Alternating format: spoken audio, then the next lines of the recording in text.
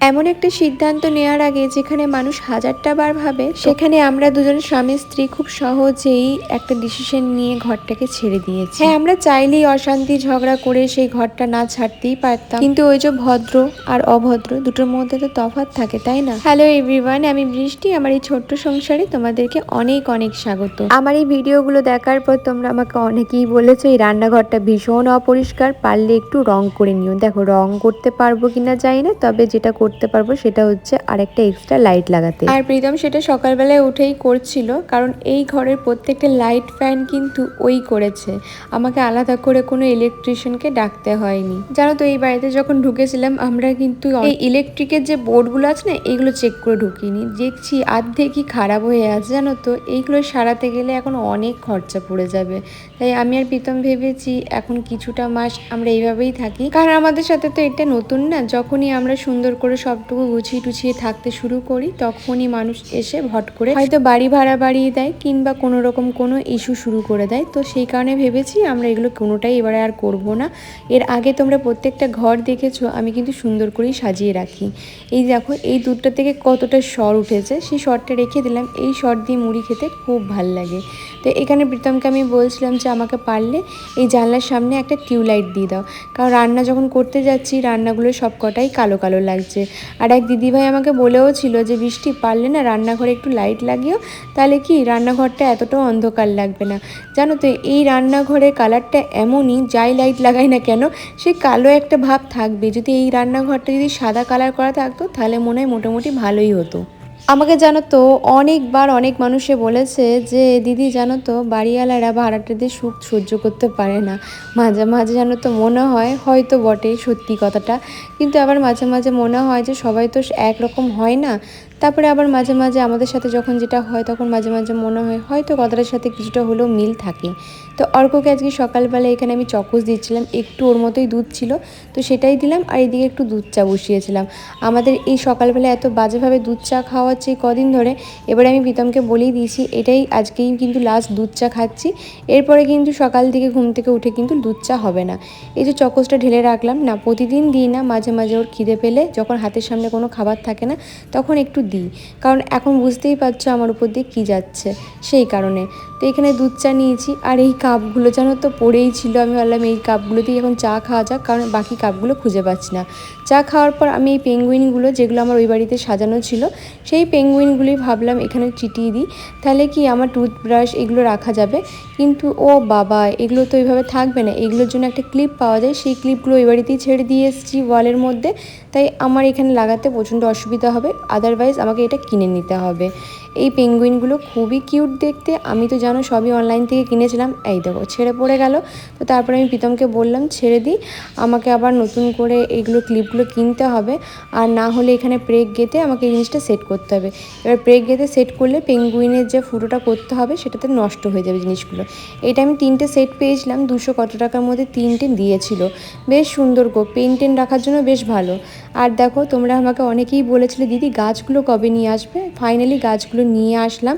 জানো তো, এই গাছগুলো বসানোর জন্য আমাকে আলাদা করে আবার ভ্যান ভাড়া করতে হয়েছে। বলে না মানুষের যখন সময় খারাপ হয় চারিদিক থেকে খারাপ হয়, সেই হয়েছে আমাদের। তোমরা তো দেখেছিলে আমি বড় বড় গ্রো ব্যাগের মধ্যে গাছগুলো লাগিয়েছিলাম, তো সেই গ্রো ব্যাগগুলোকে তুলে আনাটা খুবই পসিবল ছিল না খুব একটা, তো ওই জন্য জানো তো এরকম ছোটো ছোটো টবে করে সব নিয়ে আসা হয়েছিল।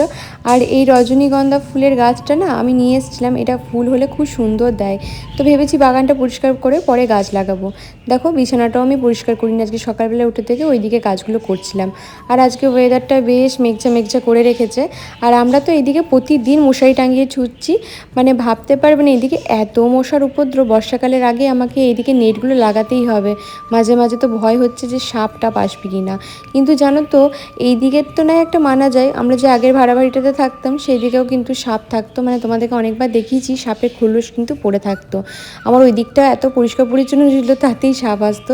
তো এই দিকটা তো দেখতেই পাচ্ছ যে একটুখানি অপরিষ্কারের মতনই আছে, কিন্তু আমি আস্তে আস্তে জানি এই দিকটা পরিষ্কার করে নেবো, কারণ আমি পেছন দিকটা প্রতিদিন জল দিয়ে সুন্দর করে ধুয়ে পরিষ্কার করে রাখি।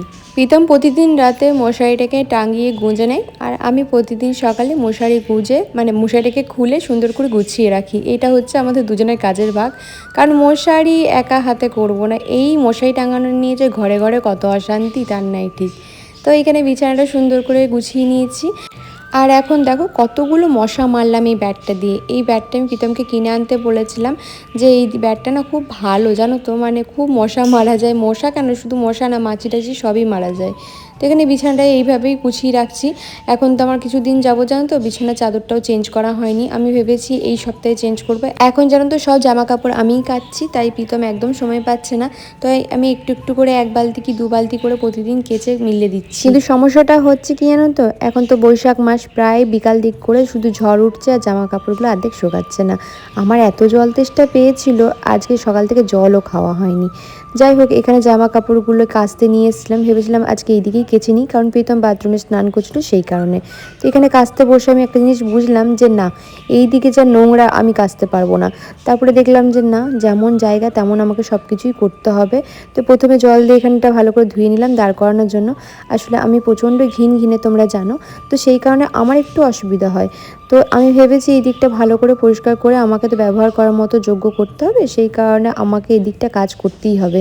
যাই হোক, এখানে জামা কাপড়গুলো আমি মিলে দিচ্ছিলাম। আর আমি ভাবছিলাম প্রীতম হয়তো স্নান করতে ঢুকেছে, তারপরে বললো যে না, আমি স্নান করতে ঢুকিনি, ও করছিল বাথরুমটা পরিষ্কার। তারপরে বাথরুমটা পরিষ্কার করে এসে দেখো আবার এদিকে এসছে পাতাগুলোকে পরিষ্কার করতে। এই দিকটা আমি ঝাড় দিয়ে জল দিয়ে পরিষ্কার করি, কিন্তু ও দেখছে যেহেতু জামা কাপড়গুলো এতগুলো ছিল কাচাকুচি করতে হয়েছে, ওই জন্য ও বললো যে আমি এই দিকটা করে দিচ্ছি। তো এদিকে ও ঝাড় দিচ্ছে আর এইদিকে আমি জামা কাপড়গুলো মিলে দিচ্ছি। আর এদিকে জল নিয়েও এসেছিলাম যে আমি জল দিয়ে এখানটা ধুয়ে দেবো। তো প্রথমে তো আমি নিয়ে এসেছিলাম যে ধোবো বলে, তারপরে দেখো ও বলছে যে দে আমাকে দে, আমি করে দিচ্ছি। এই যে দেখো বালতি নিয়ে ওই করে দিচ্ছিলো। ও থাকলে জানো তো আমাকে এই ভারী কাজগুলো করতে দেয় না, আর ও না থাকলে আমাকে তখন ভারী কাজগুলো করতে হয়, এই যা আর কি। জানো তো, প্রীতমের সাথে বিয়ে হওয়ার পর থেকে আমি আমার জীবনে আসল মানেটা সত্যি বলতে খুঁজে পেয়েছি। হ্যাঁ, অনেকে ভাবো যে আমার হয়তো জীবনটা এক জায়গায় স্থিত নয়, মানে আমাকে এই দিক থেকে ওই দিক, সেদিক থেকে এই দিক হতে হচ্ছে। কিন্তু আমার যখন প্রীতমের সাথে আসি, তার আগের লাইফটা তোমাদেরকে এতটাও আমি খুলে কোনোদিন বলিনি। ওই জীবনটা জানো তো নরকের থেকেও খারাপ ছিল। বছরের প্রথম পাকা আম নিয়ে এসছে প্রীতম, বললো খেয়ে দেখবি কেমন, ভালো কি খারাপ। খেয়ে দেখবো। এই যে আম নিয়ে এসছে, টেস্ট। আমার আম খেতে খুব ভালো লাগে, অর্ক খুব ভালোবাসে আম খেতে। আমাদের এই পেছনটা এখনো বাগানো হয়নি, রান্নাঘরটা যে কবে ঠিকঠাক করে সেট করব নিজেও জানি না। একটু ভাত বসাই আর দেখি কি করি। এখন সবজি টবজি কিছু তো বাজার করা হয়নি, দেখি কতটা কি করতে পারি। আর ঘর ঝাড় দেবো, মুছবো, সবই কাজ বাকি আছে। কি অর্কর হ্যান্ড রাইটিং দেখি কেমন হচ্ছে। চেষ্টা করেছি তাও। এটা অর্কর বাংলা হ্যান্ড রাইটিং। আর শেষে লিখে পেজে দেখো, দাঁড়া। আচ্ছা দেখাচ্ছি, দেখো। আচ্ছা দেখাচ্ছি। এটা অর্কর হ্যান্ড রাইটিং আপাতত। একটু বড় বড় করে লিখবি, খুব ছোট ছোট লেখা হয়ে গেছে। ভালো হয়নি? ভালো হয়েছে, আরো ভালো করতে হবে। ঠিক আছে, মানুষটা লিখতে পারেন ঠিক করে, কোনো পারবো না এটা। এই ছেলেকে ছোটবেলায় পেন্সিল দিয়ে লেখা ধরানোর জন্য আমাকে যে কী পরিমাণে স্ট্রাগল করতে হয়েছে তোমাদেরকে জাস্ট বলে বোঝাতে পারবো না। এখন যখন আমি ওর হ্যান্ড রাইটিং দেখি না, জাস্ট আমি অবাক হয়ে যাই। ওর কথা অনেক দেরিতে শিখেছিল বলতে, আর লেখাটা অনেক দেরিতে শিখেছিল। তো ও যখন লিখতে পারতো না, পুরো দায়িত্বটা তো পুরো আমার উপর ছিল পড়ানো থেকে শুরু করা সেই মুহূর্তে। তো তখন আমাকে অনেক মানুষ বলেছে এর দ্বারাই লেখা টেখা হবে না, এ পড়াশোনা করতে পারবে না, এর দ্বারাই পড়াশোনা হবে না, এ লিখতে পারে না, এ লেখা একটা পেন্সিল ধরতে পারে না, এরকম বলেছিল অনেকে আমাকে। তো খুব খারাপ লাগতো তখন, ওকে বকাঝকা করতাম আমি, কেন লিখতে পারছিস না তুই, পেন্সিল কেন ধরতে পারছিস না, ভীষণ বকাঝকা করতাম আমি অর্ককে। তো এখন ওর হ্যান্ড রাইটিংগুলো আমি দেখি ধরে ধরে, দেখে সত্যি নিজেকে মনে হয় যে দেরিতে শিখেছে, কিন্তু যেটা সঠিক সেটাই মানে আস্তে আস্তে নিজেকে অনেক ইমপ্রুভ করেছে অর্ক। আমি পুরো পয়েন্টটা বলতেও পারবো, কমন পারবো এটা। আচ্ছা পরে তো অর্ক যখন কথা বলতে পারতো না, তখন মানুষ আমাকে অনেক কথা শুনিয়েছে যে 4 বছর হয়ে গেল এখনও ঠোঁটে লেগে যায়, কথা বলতে গেলে এখনও কথাগুলোর মধ্যে আদো আদো কেন আছে।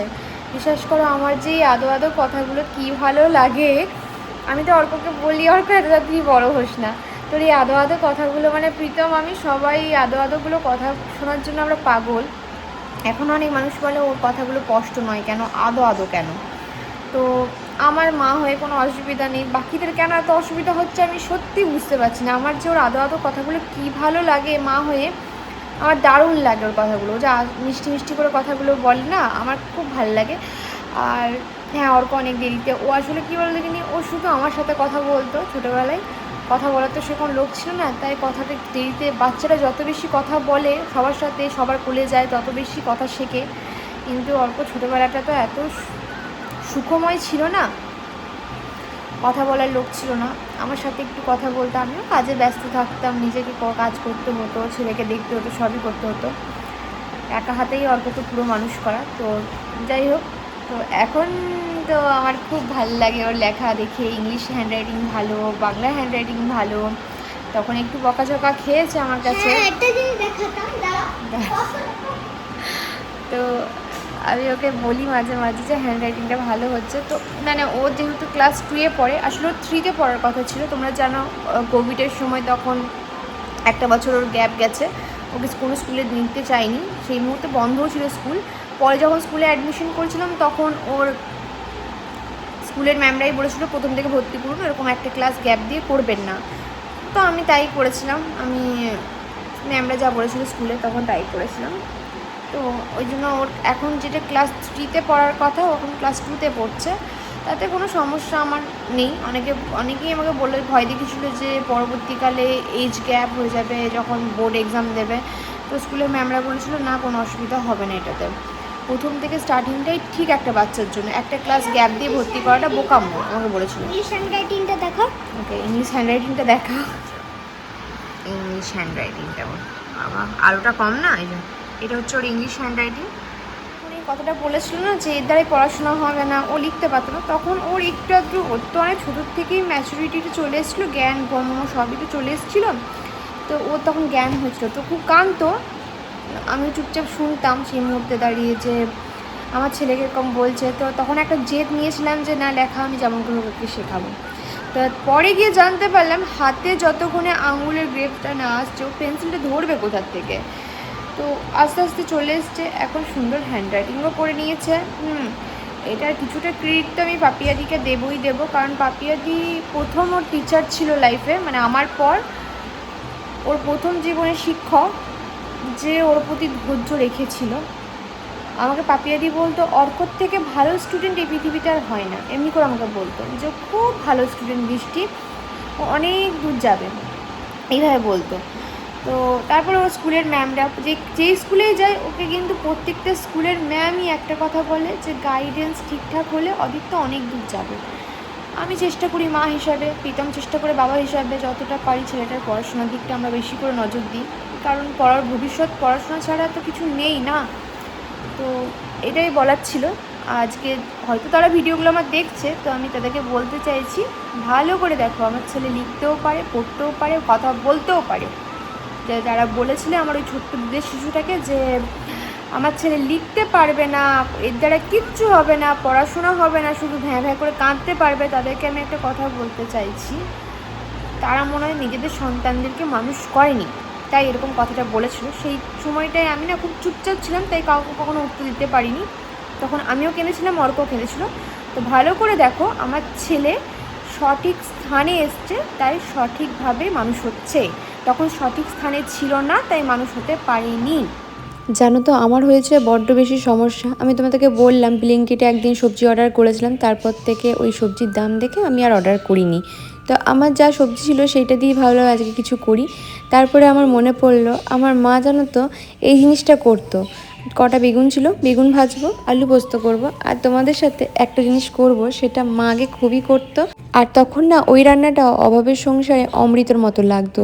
তো এখানে বেগুনটা আমি তো নুন হলুদ দিয়ে ভেজে নিচ্ছি, তো হলুদ মাখানোই ছিল, হলুদ আর নুন, তো সেই বাটিটার মধ্যে একটু বেসন নিচ্ছি, একটু এখানে অল্প পরিমাণে নুন দিলাম আমি, আর দিয়ে দিচ্ছি এই যে দেখো একটু ডিম দেবো, দুটোর মতো ডিম দিচ্ছি এতটা বেসনের মধ্যে। একটা ডিমও দেওয়া যায়, আমার কাছে দুটো ছিল আমি দুটো দিলাম, তো একটা ডিমও দিতে পারো। তখন তো মা একটা ডিম দিয়েই করতো, অনেকটা বেসন নিত আর একটা ডিম দিয়ে জল দিয়ে ফাটিয়ে করতো।